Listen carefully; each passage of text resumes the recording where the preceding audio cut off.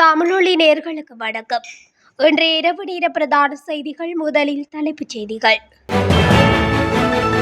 நாடு தழுவிய ரீதியில் தொழிற்சங்க நடவடிக்கை, அரசாங்கத்திற்கு பகிரங்க எச்சரிக்கை.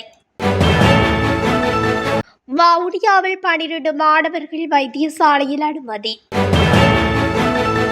விபத்தில் காயமடைந்த குடும்ப பெண் உயிரிழப்பு. 20 மில்லியன் ரூபாய் பெறுமதியான போதைப் பொருளுடன் சிக்கிய பாடசாலை அதிபர். வடக்கில் தென்னை விவசாயிகளுக்கு மகிழ்ச்சி தகவல், கிடைக்கப் போகும் பணம்.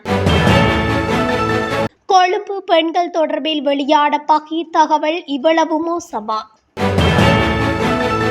பேஸ்புக் விருந்துபசாரம், கணவன் மனைவி உட்பட 10 பேர் கைது. புதுக்குடியிருப்பில் விசேட சோதனை, கைப்பற்றப்பட்ட பொருட்கள். யாழ் சந்தைகளில் போதைப்பொருள் வியாபாரிகளின் அட்டகாசம், கண்டுகொள்ளாத போலீசார் பொதுமகன் மீது தாக்குதல். யாழில் தையிட்டி திஸ்ஸவிகாரைக்கு எதிராக வெடித்த போராட்டம். தொடர்பான விரிவான செய்திகள். அரசாங்கத்தின் முடிவை மாற்ற தவறினால் நாடு தழுவிய ரீதியில் தொழிற்சங்க நடவடிக்கைகளை முன்னெடுக்க உள்ளதாக இலங்கை ஆசிரியர் சங்கம் பகிரங்க எச்சரிக்கை விடுத்துள்ளது.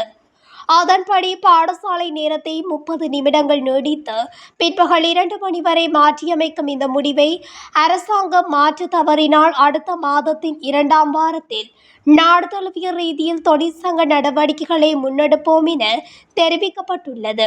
இலங்கை ஆசிரியர் சங்கத்தின் பொதுச் செயலாளர் ஜோசப் ஸ்டாலின் கொழும்பில் இடம்பெற்ற ஊடக சந்திப்பில் கலந்து கொண்டு இந்த விடயத்தை குறிப்பிட்டுள்ளார்.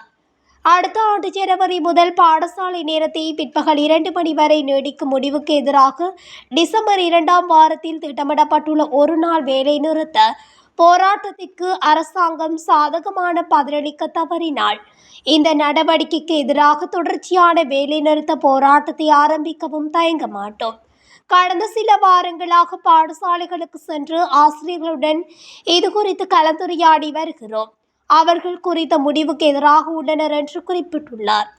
வவுனியாவில் 12 மாணவர்கள் குளவி தாக்குதலுக்கு இலக்காகி நெடுங்கேணி வைத்தியசாலையில் அனுமதிக்கப்பட்டுள்ளனர். நேற்றைய தினம் குறித்த மாணவர்கள் வவுனியாவில் வடக்கு ஒழுமடு மகா வித்தியாலயத்துக்கு சென்ற நிலையில் இருந்த பப்பரக்கொப்பான் குளவிகள் களைந்து வீதியால் சென்ற மாணவர்கள் மீது தாக்கியுள்ளது. இதில் பாதிப்படைந்த 12 மாணவர்கள் நெடுங்கேணி வைத்தியசாலையில் சிகிச்சைக்காக அனுமதிக்கப்பட்டுள்ளனர். முல்லைத்தீவு புதுக்குடியிருப்பு நகர் பகுதியில் இடம்பெற்ற விபத்தில் காயமடைந்த குடும்ப பெண் ஒருவர் உயிரிழந்துள்ளார். இந்த விபத்து சம்பவம் 2ஆம் தேதி அன்று இடம்பெற்றது. புதுக்குடியிருப்பு நகர் பகுதி வீதியில் ஓரமாக நின்ற குடும்ப பெண் மீது வேகமாக மோட்டார் சைக்கிளில் வந்தவர்கள் மோதி தள்ளியதில் காயமடைந்து சிகிச்சை பெற்று வந்த குடும்ப பெண் உயிரிழந்துள்ளார். விபத்தில் உந்தூர்லினை ஓட்டிச் சென்றவர்களும் படுகாயமடைந்த நிலையில் முல்லைத்தீவு மாவட்ட மருத்துவமனையில் சிகிச்சைக்காக அனுமதிக்கப்பட்டுள்ளார்கள். 66 அகவையுடைய சூசைப்பிள்ளை மேரி திரேசா என்ற குடும்ப பெண்ணே இவ்வாறு உயிரிழந்துள்ளார். இவரது சடலம் உறவினர்களிடம் ஒப்படைக்கப்பட்டுள்ள நிலையில் விபத்து தொடர்பில் புதுக்குடியிருப்பு போலீசார் விசாரணைகளை முன்னெடுத்து வருகின்றனர். எப்பாவள பகுதியில் உள்ள ஒரு பாடசாலையின் அதிபர் மற்றும் அவரது மகன் ஒரு ஹோட்டலில் மறைத்து வைக்கப்பட்டிருந்த 20 மில்லியன் ரூபாய்க்கும் அதிகமான மதிப்புள்ள ஹெரோயின் கையிருப்புடன் கைது செய்துள்ளனர். எப்பாவள தெடகள பகுதியில் நடத்தப்பட்ட சோதனையின் போது அனுராதபுரம் பிரிவு குற்றப்புலனாய்வு பிரிவினரால் குறித்த சந்தேக நபர்கள் கைது செய்யப்பட்டனர். கைது செய்யப்பட்ட 2 சந்தேக நபர்களும் 54 மற்றும் 22 வயதுடைய எப்பாவள பகுதியைச் சேர்ந்தவர்கள் என கூறப்படுகிறது. கைது செய்யப்பட்ட அதிபரின் மனைவி பேலியகுட உள்ளூராட்சி பகுதியைச் சேர்ந்த தேசிய மக்கள் சக்தியின் உறுப்பினர் என்றும் காவல்துறை வட்டாரங்கள் தெரிவிக்கின்றன. நாட்டில் நச்சுத்தன்மை வாய்ந்த போதைப் பொருட்களின் அச்சுறுத்தலை ஒழிப்பதற்கான அரசாங்கத்தின் புதிய தேசிய திட்டத்தின் கீழ் இந்த சுற்றி வளைப்பு மேற்கொள்ளப்பட்டுள்ளது. இந்த சந்தேக நபர்கள் நீண்ட காலமாக போதைப்பொருள் கடத்தலில் ஈடுபட்டு வந்துள்ளதாக தகவல் கிடைத்திருப்பதாகவும் இது தொடர்பாக விரிவான விசாரணை நடத்தப்பட்டு வருவதாகவும் காவல்துறையினர் தெரிவித்தனர்.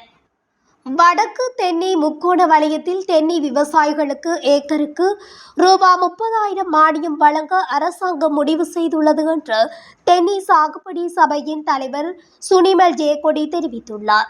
புதிதாக பயிரிடப்படும் தென்னை நிலங்களுக்கு நீர் வசதிகளை பெறும் நோக்கில் இந்த நிதி ஒதுக்கீடு செய்யப்படுவதாக அவர் குறிப்பிட்டார். எதிர்காலத்தில் தேங்காய் தட்டுப்பாட்டை நிவர்த்தி செய்யும் வகையில் வடக்கில் இந்த தென்னை முக்கோண வலயம் செயற்படுத்தப்பட உள்ளமையும் குறிப்பிடத்தக்கது. கொழும்பு மற்றும் அதனை அண்மித்த நகரங்களில் போதைக்கு அடிமையாகும் பெண்களின் எண்ணிக்கை துரிதமாக அதிகரித்து வருவதாக சிறுவர் மற்றும் பெண்கள் விவகார அமைச்சு கவலை வெளியிட்டுள்ளது. அண்மைய தகவல்களின் அடிப்படையில் அதிக எண்ணிக்கையிலான இளம் பெண்களும் யுவதிகளும் பல்வேறு போதைப் பொருட்களுக்கு அடிமையாவதை காட்டுவதாக அமைச்சர் சரோஜா சாவித்ரி பவுல்ராஜ் தெரிவித்தார். காவல்துறை போதைப்பொருள் தடுப்பு பிரிவுகள் மற்றும் தேசிய அபாயகர ஔடதங்கள் கட்டுப்பாட்டு சபை ஆகியவற்றின் தரவுகளின்படி பெண்களிடையே ஐஸ் மாத்திரைகள், மதுபானம், சிகரெட் பாவனையின் பயன்பாடு குறிப்பிடத்தக்க அளவில் அதிகரித்துள்ளதாக கூறப்பட்டுள்ளது.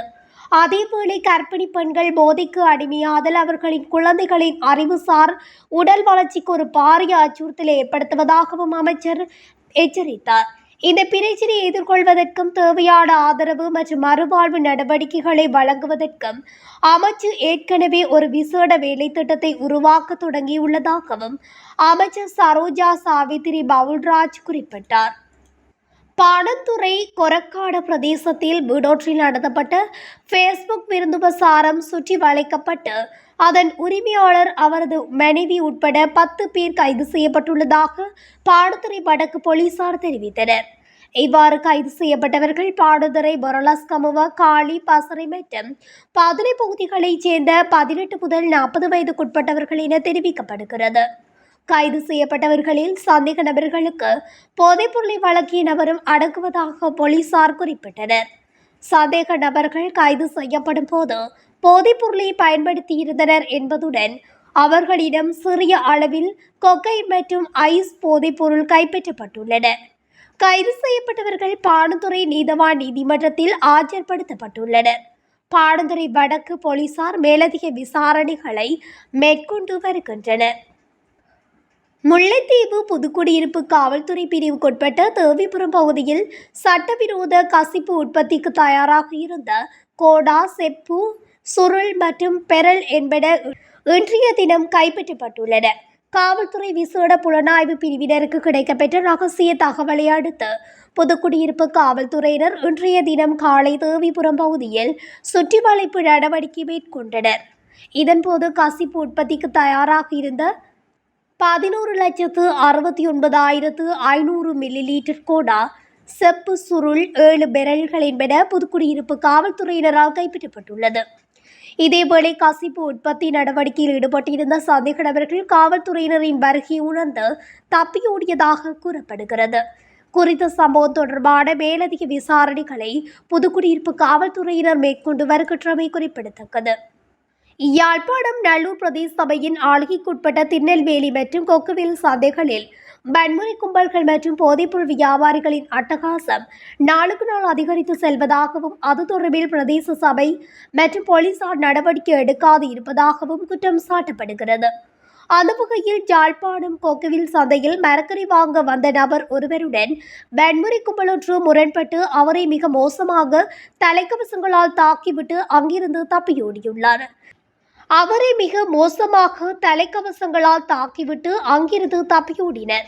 சம்பவத்தால் சந்தையில் மரக்கறி வியாபாரத்தில் ஈடுபடுபவர்கள் மரக்கறி வாங்க வந்தவர்கள் இன்னல்களை எதிர்கொண்டுள்ளனர். அத்துடன் சந்தையில் அடிக்கடி இவ்வாறான சம்பவங்கள் நடைபெறுவதாகவும் அது தொடர்பில் போலீசார் மற்றும் பிரதேச சபைக்கு அறிவித்தும் நடவடிக்கை எடுக்கப்படவில்லை எனவும் கூறப்படுகிறது.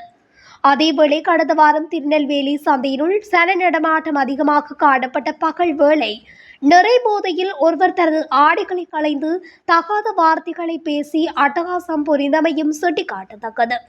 அது தொடர்பில் போலீசார் மற்றும் நல்லூர் பிரதேச சபையினருக்கு அறிவித்தும் அவர்கள் சம்பவத்திற்கு வராத நிலையில் போதையில் அட்டகாசம் புரிந்தவரின் குடும்பத்தினர் வந்து அவரை அழைத்து சென்றிருந்தனர். அதேபோன்று கடந்த ஒரு சில தினங்களுக்கு முன்னர் சந்தைக்குள் போதையில் இருதரப்பினர் முரண்பட்டு வாழைப்பழம் விற்பனை செய்யும் கடைக்குள் ஒரு தரப்பு புகுந்து அங்கிருந்த கத்தியை எடுத்து மற்ற தரப்பின் மீது தாக்குதல் நடாத்திவிட்டு அங்கிருந்து தப்பி சென்றிருந்தனர்.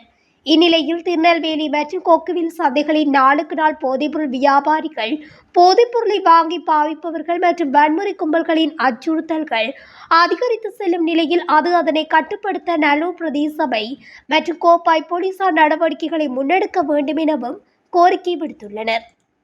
இயாழ் தையிட்டியில் அமைந்துள்ள சட்டவிரோத திஸ்ஸ விகாரைக்கு எதிராக தொடர் போராட்டம் ஒன்று முன்னெடுக்கப்பட்டு வருகின்றது. நேற்று பிற்பகல் 4 மணிக்கு ஆரம்பமான குறித்த போராட்டம் மாலை 6 மணிக்கு நிறைவடைந்த நிலையில் இன்று காலை மீண்டும் ஆரம்பமாகியிருந்தது. சட்டவிரோத முறையில் அமைக்கப்பட்டுள்ள தையிட்டி திஸ்ஸ விகாரை அகற்றுமாறு கோரியே தமிழ் தேசிய மக்கள் முன்னணியினர் மக்களுடன் இணைந்து தொடர்ச்சியாக போராட்டத்தில் ஈடுபட்டு வருகின்றனர். இந்த போராட்டமானது ஒவ்வொரு பௌர்ணமி தினத்திலும் முன்னெடுக்கப்பட்டு வருகின்றமையும் குறிப்பிடத்தக்கது. இத்துடன் தமிழொலியின் இன்றைய இரவு நேர பிரதான செய்திகள் நிறைவடைகின்றன. தொடர்ச்சியாக செய்திகளை அறிந்து கொள்ள தமிழொலி ஊடகத்துடன் இணைந்திருங்கள். நன்றி, வணக்கம்.